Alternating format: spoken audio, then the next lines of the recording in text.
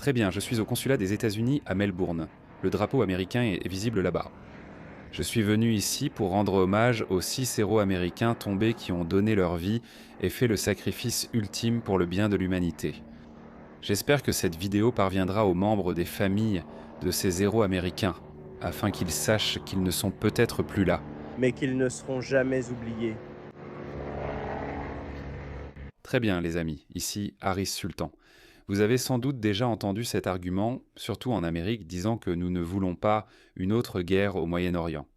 Nous ne voulons pas que cela devienne un autre bourbier où cette guerre s'éternise pendant des décennies et où nous perdons d'innombrables soldats américains. Ça va juste devenir un autre Irak ou Afghanistan. Cet argument découle d'une profonde ignorance et vient de personnes qui ne comprennent pas la politique du Moyen-Orient. Laissez-moi vous montrer un extrait juste après le 11 septembre. Voici le peuple d'Iran. En 2001, ils ont condamné l'attentat terroriste contre l'Amérique dans lequel 3000 civils américains sont morts. Regardez ceci.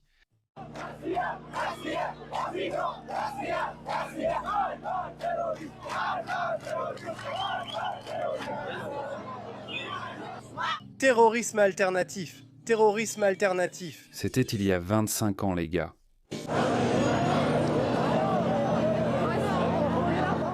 Ils organisaient des veillées, ce n'est pas récent. Même il y a 25 ans, le peuple iranien était du côté des États-Unis, pas de leur régime qui scandait toujours « mort à l'Amérique, mort à Israël ». Et en contraste avec cela, voici comment le peuple de Gaza a réagi à la nouvelle de l'attentat terroriste du 11 septembre.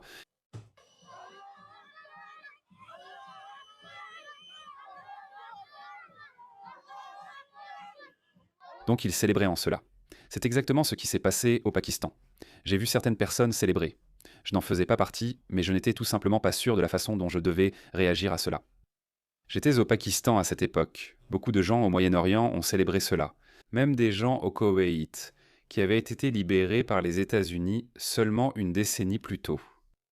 Ils ont tous célébré cela, mais pas le peuple d'Iran. Donc le peuple iranien aspire à la liberté face au régime islamique depuis très longtemps. Et ce n'est pas quelque chose de nouveau. Et c'est pourquoi cette opération est différente de la guerre en Afghanistan, de la guerre en Irak. Les États-Unis n'avaient pas le soutien massif du peuple de ces pays parce qu'ils étaient fortement islamisés et qu'ils détestaient l'Amérique, mais ce n'est pas le cas du peuple iranien. Permettez-moi de vous donner plus de preuves. Jusqu'à présent, dans ce conflit, 6 soldats américains sont tombés. Et devinez qui pleure leur perte? Devinez qui comprend la gravité de leur sacrifice? Ce sont les Iraniens. Regardez ceci. Les Iraniens ont installé un mémorial pour les soldats américains tombés devant le consulat des États-Unis à Hambourg, qu'ils reposent en paix, et ils partagent leur chagrin avec les familles des héros tombés au combat. Regardez ça, ce sont des Iraniens. Je ne me souviens pas avoir vu cela pendant la guerre en Irak ou en Afghanistan. Je me souviens avoir vu beaucoup de manifestations de la part des musulmans et des progressistes de l'époque. On ne les appelait pas encore comme ça. Voyez ce qu'a déclaré le prince héritier Reza Pahlavi. Mon cœur souffre pour les 3 héros américains tués et les 5 blessés par le régime. Le peuple iranien leur sera à jamais redevable. À leurs familles endeuillées, veuillez accepter notre immense amour, nos plus sincères condoléances et notre gratitude éternelle. Regardez ceci. C'est devant l'ambassade des États-Unis à Londres. Des Iraniens rendent hommage aux soldats américains qui ont fait le sacrifice ultime dans cette guerre. Alors qu'elle grandit fidèlement, elle s'est dissimulée sous son nez. Comment pouvez-vous dire que ces gens ne méritent pas la liberté alors qu'ils n'ont que du respect, de l'amour et de l'admiration pour les États-Unis? Jusqu'aux soldats eux-mêmes qui se battent dans cette guerre pour libérer le peuple d'Iran.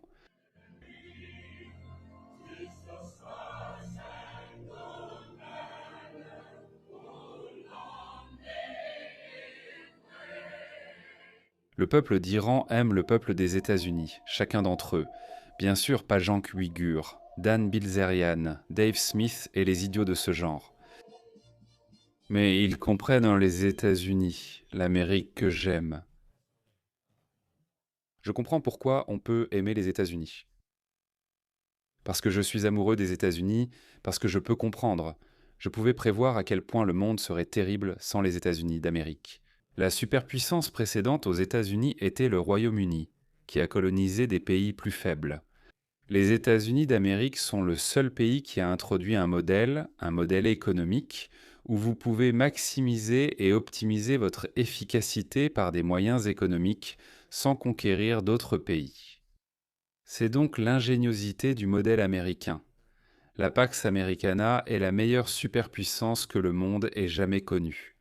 Imaginez n'importe quelle époque de l'histoire, la superpuissance du moment conquiert toujours ses adversaires. Mais les États-Unis ne font pas cela. Ce n'est pas dans l'intérêt de l'Amérique. Quand l'Amérique intervient en Irak, en Afghanistan ou maintenant en Iran, elle le fait pour préserver l'ordre mondial occidental, ce qui est absolument essentiel pour garantir notre mode de vie. Ces personnes sont anti-Occident et donc anti-américains. Après la Seconde Guerre mondiale, l'Amérique a dû devenir le gendarme du monde. Si nous ne jouons pas le rôle de gendarme du monde, l'ordre mondial s'effondrera. Que ferez-vous en envoyant votre navire marchand dans le détroit de Malacca ? La Chine prendra évidemment le contrôle et imposera ses conditions. Nous ne le voulons pas, c'est mauvais pour les affaires mondiales. C'est pourquoi l'Amérique est une force du bien et nous devons l'apprécier. Et le peuple iranien, plus que tout autre, le comprend, et le peuple iranien n'est pas le seul. Regardez ces gens d'Israël rendre hommage, témoigner du respect aux 6 héros américains tombés. C'est magnifique, ils vont tous les nommer. Sergeant Noah Keegans, Capitaine Cody Cork, Sergeant Nicole M. Onmar, Commandant Jeffrey O'Brien. Adjudant-chef de 3e classe, Robin Emerson. Sergent Declan G. Cody, 20 ans de West Des Moines Isles. Pendant son déploiement, il a dit à son père que même en travaillant 12 heures par jour, presque tous les jours, il n'avait jamais été aussi heureux. Il laisse derrière lui une famille aimante. Ses sœurs l'ont le mieux exprimé. On ne pense jamais que cela arrivera à sa propre famille. Jusqu'à ce que cela arrive. La sergente de première classe, Nicole M. Amour, a servi dans la réserve de l'armée américaine après s'être d'abord engagée dans la garde nationale en 2005, recevant de multiples distinctions pour son service. Elle laisse son mari et ses 2 enfants. Le major Jeffrey O'Brien de Waukee, Iowa, a servi comme officier du corps des transmissions dans la réserve de l'armée américaine. Après avoir été nommé officier en 2012, au fil des années, il s'est consacré à la mission et aux soldats qui l'entouraient. Le major O'Brien laisse derrière lui un héritage de service, de leadership et de sacrifice. Chef adjudant Warren, 3, Robin Emerson, 54 ans de Sacramento, Californie. Ceux qui ont parlé de lui et l'ont décrit comme un homme ayant servi son pays avec honneur et distinction. Il laisse derrière lui une épouse et une famille qui portent désormais sa mémoire. Sergent-chef Noah Tegens a servi aux États-Unis en Birmanie et a donné sa vie lors de son déploiement au Moyen-Orient. Soldat et chef respecté.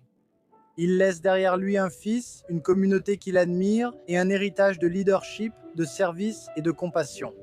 Le capitaine Cody Cork, 35 ans de Winter Haven, en Floride, a servi comme policier militaire dans la réserve de l'armée américaine après s'être d'abord engagé dans la garde nationale. En 2009, Cody était plus qu'un soldat.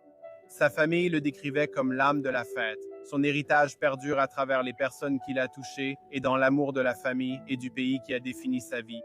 Que sa mémoire soit une bénédiction. Que Dieu bénisse l'Amérique. Que Dieu bénisse Israël. Et que Dieu bénisse le peuple d'Iran.